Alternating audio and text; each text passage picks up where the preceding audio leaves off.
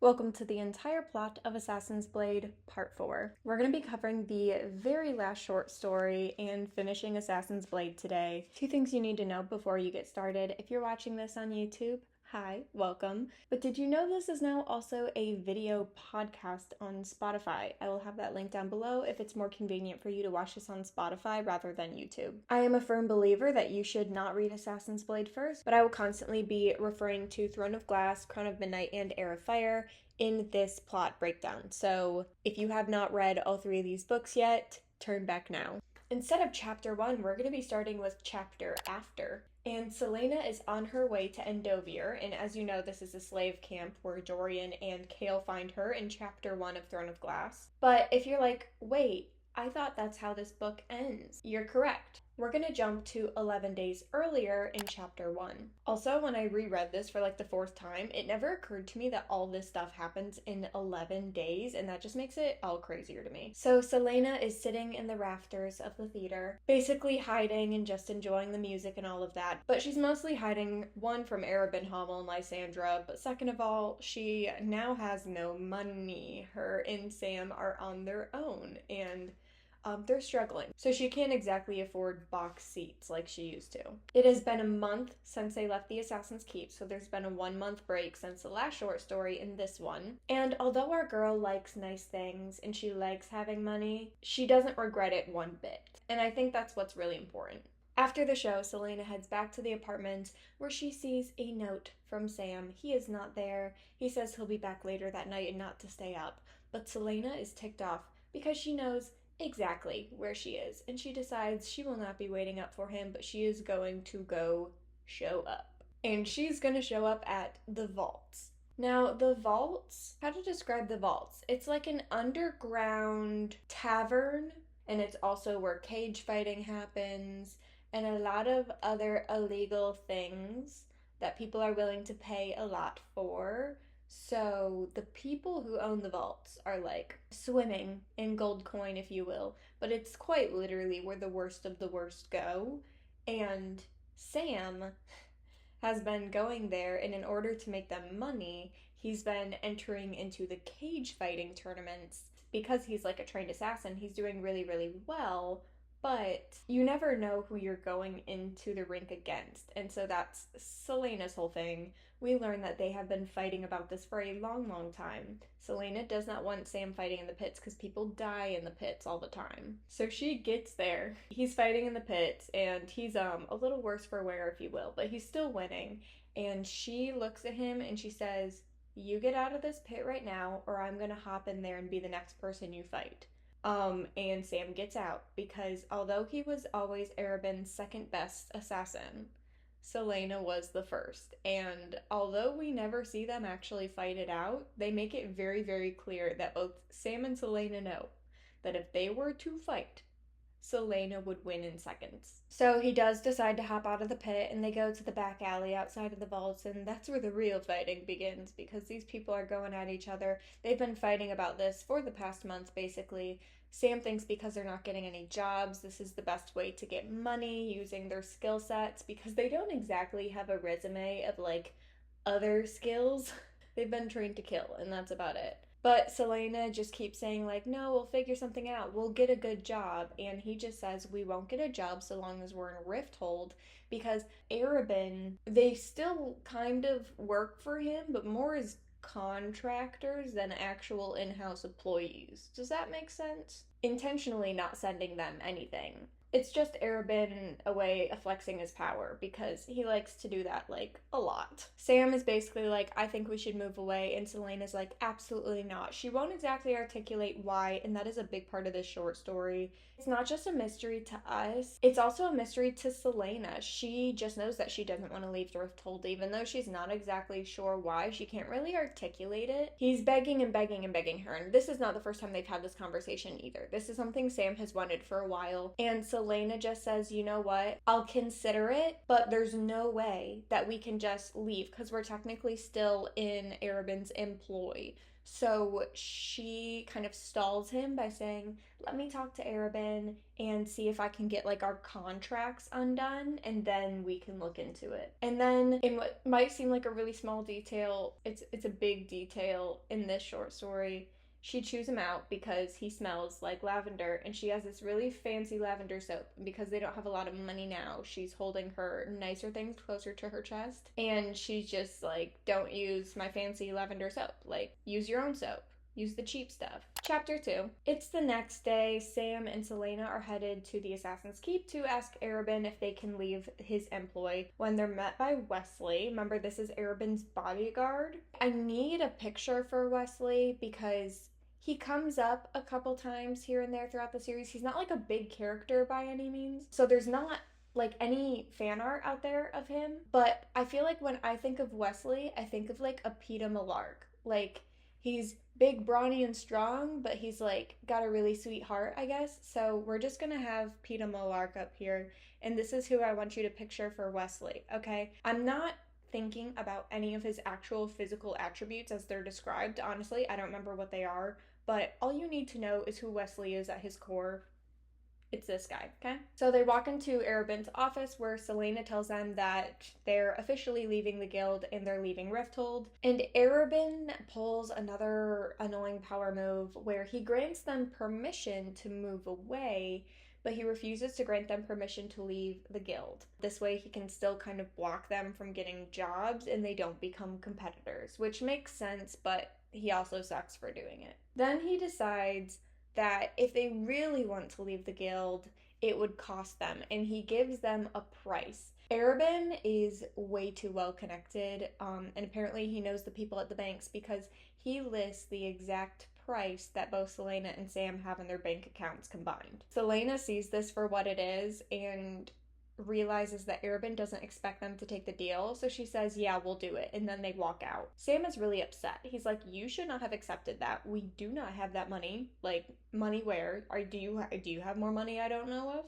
But Selena just tells him that there was no point in negotiating. That's what Arobynn wanted, and he would have loved to put them in their place and kept the price the same, so negotiating wouldn't have made a difference. We just need one more job, and hopefully it will be enough to help us leave Rifthold. So Sam conveniently does go out that night, and he finds a job. He found a client who wants to avoid using Arobynn's guild because Arobynn is actually closely connected with the people he wants to put the hit on. So the hits are Iowyn, Jane, and Rorik Faren. I know there's not going to be fan art of these two guys out there, so I'm just gonna like drop two pictures. But Sam and Selena know that these people are extremely dangerous and ruthless. Honestly, Jane and Faren make Arobynn look harmless, and that's saying a lot. So the price on their heads naturally is huge, and it is huge enough to comfortably pay Arobynn,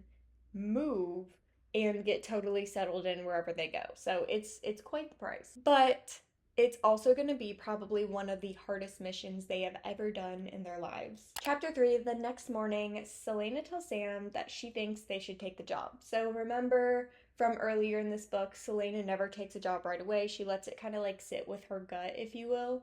So she agrees, let's take the job.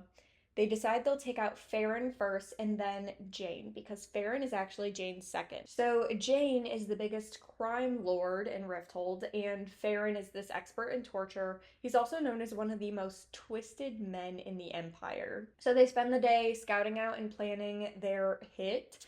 Because Sam found the deal, he decides they're going to do it his way. And if you know anything about our girl Selena, she definitely fights that really, really hard. She doesn't like it, but she decides, you know what? Yes, you found this mission.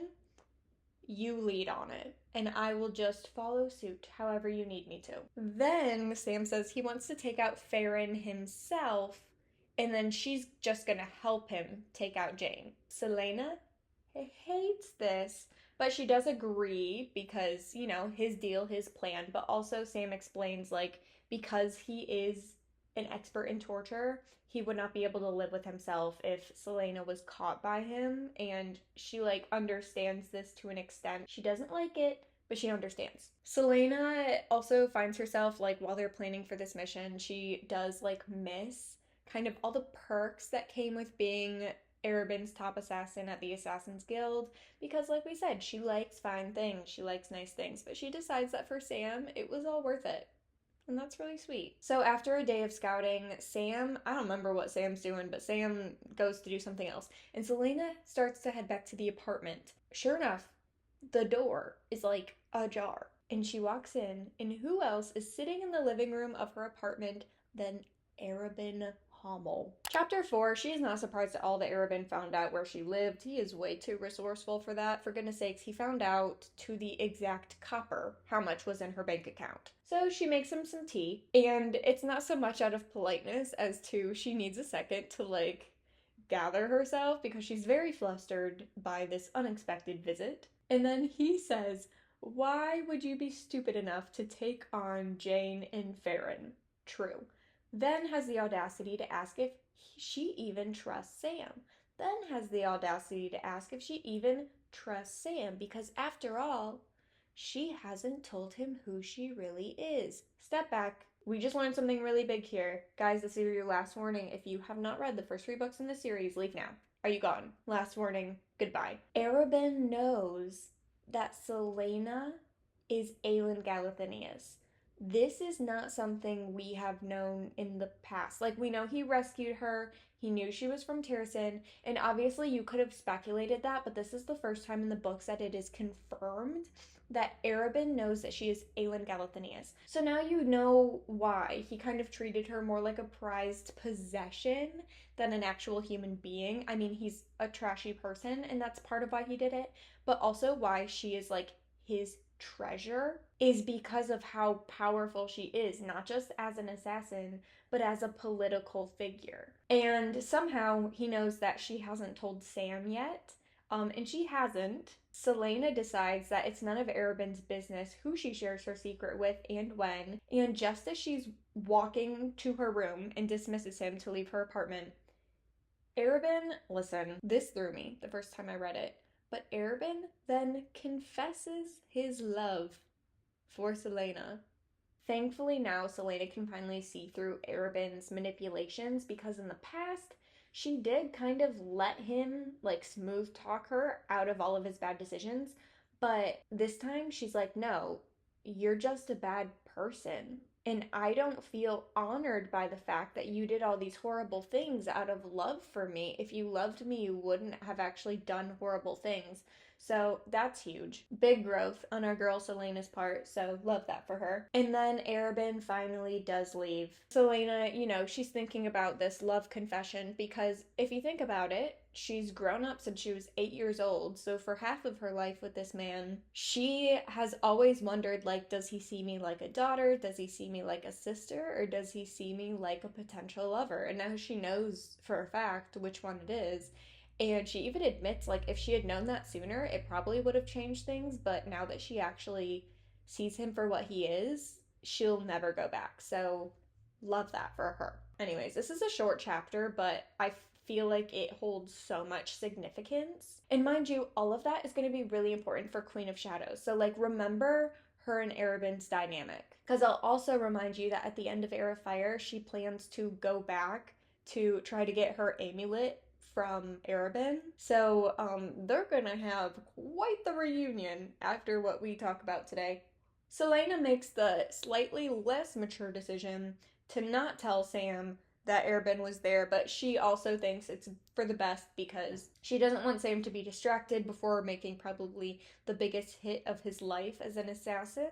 And Arobynn visiting there would just really aggravate Sam because Sam is very sensitive where Arobynn's concerned, which we just learned that he has every right to now. Sam does get home and he can tell that she's upset about something, but she just is like, oh, you know, just nervous about the mission, haha. And he shares that in the darkest and scariest moments in his life, to kind of bolster up his own courage, he says, "My name is Sam Cortland and I will not be afraid." Remember that. Anyways, chapter 5. Today, Sam and Selena are stalking Faren. Turns out, you remember Jane, so he's the crime lord. He's like the number one of the pair. He owns the vaults. That really horrible place where all the horrible things happen? Yeah. Jane owns that. So they go down to the vaults and they pretend to be day drinkers to try to overhear any of Faren's conversations because Faren is at the vaults. And it turns out that there's a man who was fighting in the pits often and he lost many a games and he has a lot of debts to pay to the vaults for losing his matches. And when he can't pay them, Faren has his men drag them to a room under the vaults. So the vaults, I believe, are already underground. And so they're like deep, deep underground. And minutes later, you can hear his screams vibrating through the floor. No, thank you. So they decide to leave because there's no point in waiting for him to finish torturing this man because if anything about Faren's reputation rings true, it is that he's going to be down there for a long, long time. And then Sam asks the question, and it's the big moral complexity of the Throne of Glass books, which is how is it possible? And is it even possible that Sam and Selena are better people than people like Faren? And I think this is a valid point because Selena is always the hero of our story and she's our main girl and she's the one we're rooting for, but she's quite literally an assassin. She kills people for a living. And Selena just says, no, they may do the same things, but we never enjoyed it or got a thrill from it. She does kind of allude to the fact that neither her nor Sam chose this life. It was kind of forced on them too. Whereas people like Jane and Faren, although we don't know the life circumstances that got them to where they are today, she recognizes that they started their own thing. And Faren loves torturing people. And there's a difference between being pure evil and loving it and being forced into an evil lifestyle, I guess is the point that she's trying to make. So the next morning, Selena is sharpening their weapons because it is officially time. Sam is going to take out Faren today, which is the tortury guy. And their plan is to use 3 arrows. He's going to shoot the footman, then the carriage driver, and then Faren. So he's going to be on a rooftop and he is going to wait until Faren's carriage drives by. He also has planned multiple escape routes just in case a couple things go wrong. And he asks her to start packing so that she stays busy, and then informs her that he got them passage to leave for the southern continent in 5 days. Now, Selena is not very happy about this. If anything, she's very ticked off about this because she agreed to leave Rifthold, which is like their village, if you will. She did not agree to leave the entire continent. I have a couple theories as to why she's upset. I think it's because she's going to be further and further away from Terrasen, especially if they go to the southern continent. I believe it's the polar opposite end of the map. But Sam calls her out and he says, is this because you don't want to leave Arobynn? She quickly replies, absolutely not. But then he's like, okay, if this isn't about Arobynn, why didn't you tell me he was in our apartment yesterday? Arobynn is trash, and apparently he sought out Sam yesterday in the market and walked up to ask him how he was doing and then decided to casually mention his conversation with Selena, and he was like, oh, she didn't tell you? Chapter 6. Selena is sitting around and just trying to stay busy because she can't find it in herself to pack, and it's killing her to wait. Sam is out making his hit on Faren, and all she can do, because guys, they didn't have phones. It's not like he can text her being like, it's done, I'm on my way home. Like, she just kind of has to sit around and hope that everything goes right. So a couple hours later, she decides to grab her cloak and go out looking for him. There's no signs of a disturbance or rumors of a death on the streets. She's walking the alley. She's going to all of the main points where he said that he was likely going to do it, and she just can't find Sam anywhere. She even walks past Faren's home. The guards are just, standing duty as if it's any other day. And then she decides to head back home. After all, maybe Faren stayed home, and maybe Sam never got the opportunity to make the hit in the first place. Chapter 7, Sam is not at the apartment once Elena gets back, so she's getting a little bit more nervous. but she decides to keep waiting for him.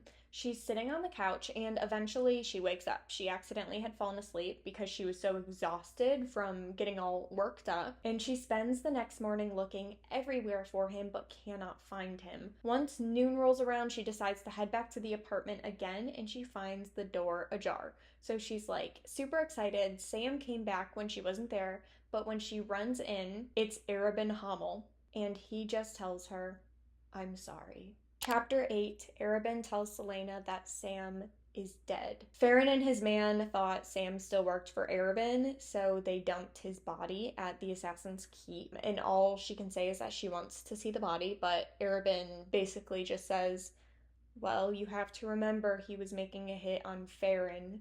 Faren is one of the most notorious, evil, and twisted expert torturers in Rifthold.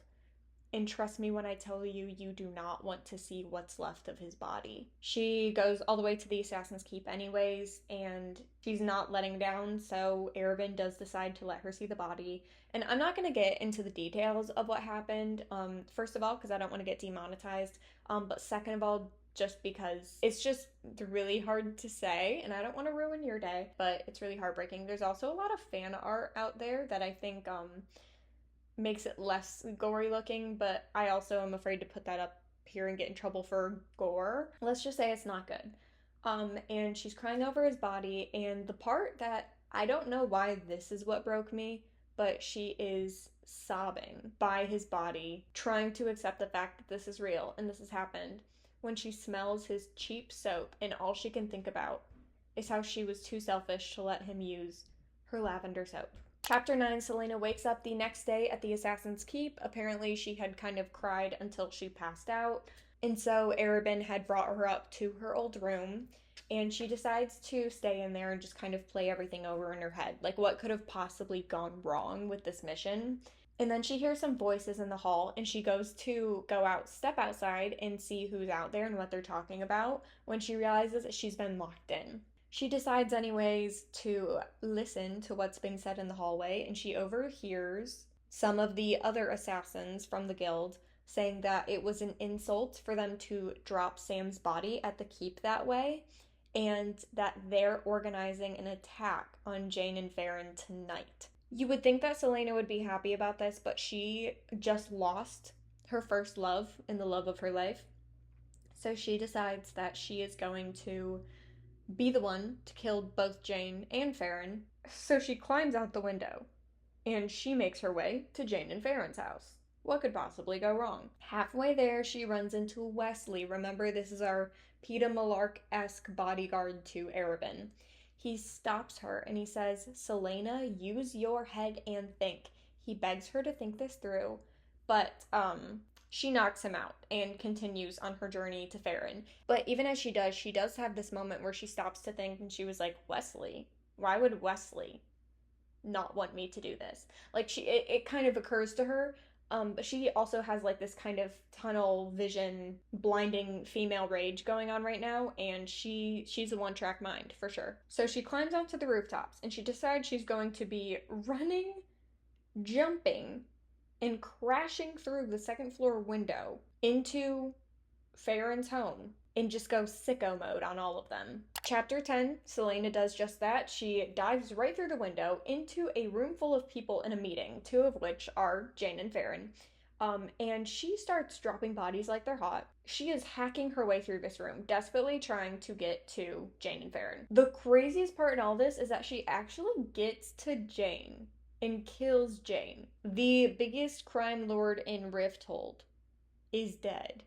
Celaena killed him. That's bonkers, okay? Like, that is already going to have a very large cascading effect. But she's on her way to Faren. But before she can, Faren and everyone else in the room puts masks on. And the room fills with this very, like, weird, sweet-smelling gas. And then she realizes Sam's body had smelled like this gas. So this is whatever they used on Sam. So Celaena is laying paralyzed on the ground because apparently that's what this gas does. So she's still conscious, but she's paralyzed and she cannot move. And she hears Faren say that he wants her alive. And he's surprised she fell for the trap. Celaena was betrayed. and everyone there knew that she was coming, and they were all conveniently waiting in that room for her. Faren also makes this disgusting and angering comment about how those in love and seeking revenge are very predictable. This is also where he reveals that he struck a bargain with someone who betrayed her, and the deal was that he kills Sam, Celaena tries to kill him and Jane, everyone in the room but Jane knows that she's coming, they let Jane die. Faren takes Jane's place as the #1 crime lord in all of Rifthold, and he will now own the vaults. And all he had to do was hand over Celaena to the king for murdering Jane.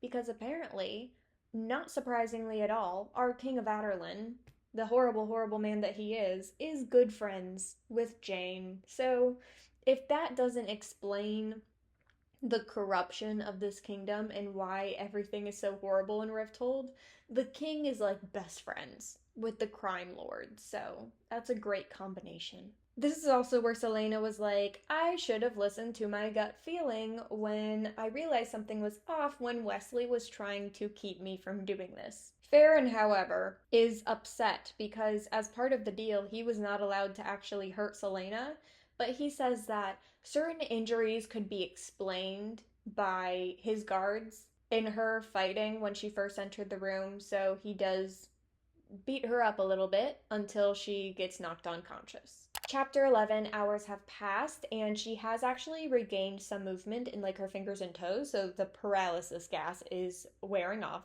And at this point, she realizes that no one in the Assassin's Guild is coming for her. This is also where she realizes that she was most likely betrayed by someone in the Assassin's Guild. She also realizes at this point that she has changed locations. She is now in the royal dungeons in the castle. So the king has her, and she knows she's not getting out of this one. And then she realizes she failed Sam and she failed herself.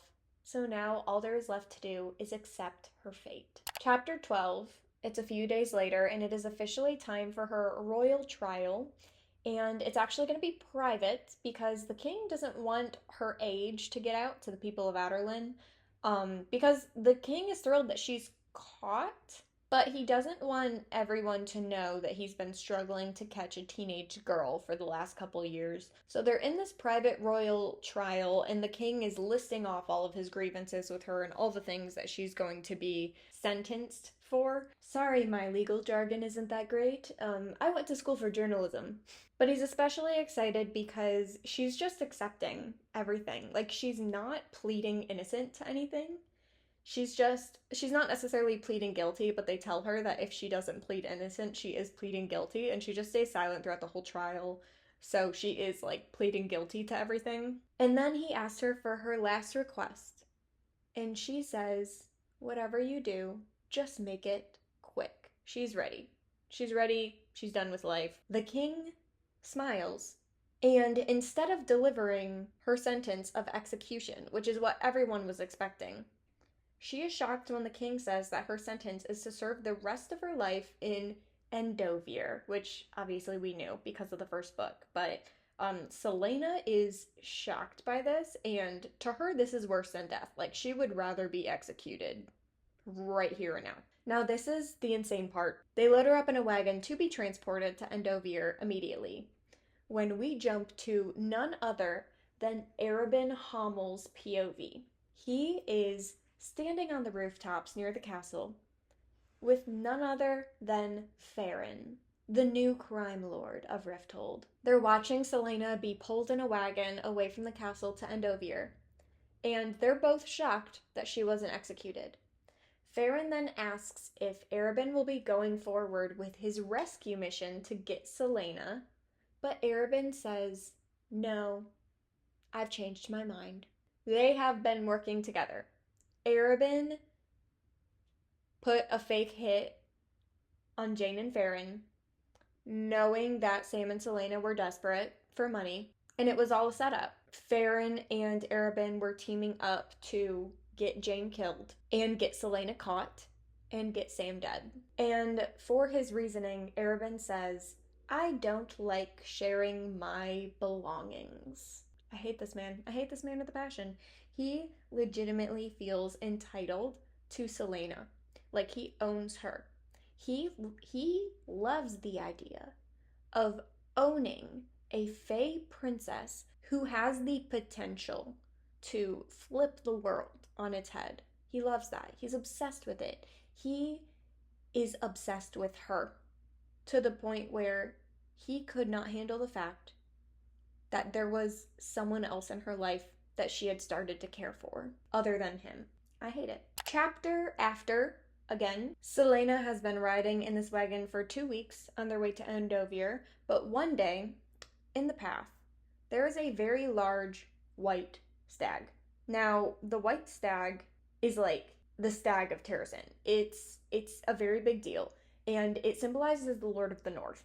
This is also a big deal because the king had ordered them all hunted into extinction after he took over Terrasen. So the fact that this thing exists is wild. And Selena yells at the stag to run because the king's men have been ordered to, if they ever see a white stag, to kill it on sight. I can only imagine this moment and what it looked like. But this is a sign to Selena. Also, guys, if you read Assassin's Blade first, you wouldn't catch this, but the white stag is showing up to her because she is the rightful heir to Terrasen. And it's in this moment that she sees the white stag that she remembers that she has something bigger worth living for. Kills me. It kills me. I love it. It's amazing, but it also kills me. And then the beginning, which is the final chapter that happens right as Selena is arriving at Endovir, and she's terrified. But that stag reawoke something in her, and she's determined to survive. She is determined to not let the king's sentence break her. And all she can say is, "My name is Selena Sardathian, and I will not be afraid." Thank you for watching the entire plot, Assassin's Blade Part 4. We're officially done with Assassin's Blade, and we are going to be jumping into my personal favorite in the series, Queen of Shadows. But of course, while you wait, you should enjoy some of my other Sarah J. Maas related videos, and you should subscribe and stick around and join the party.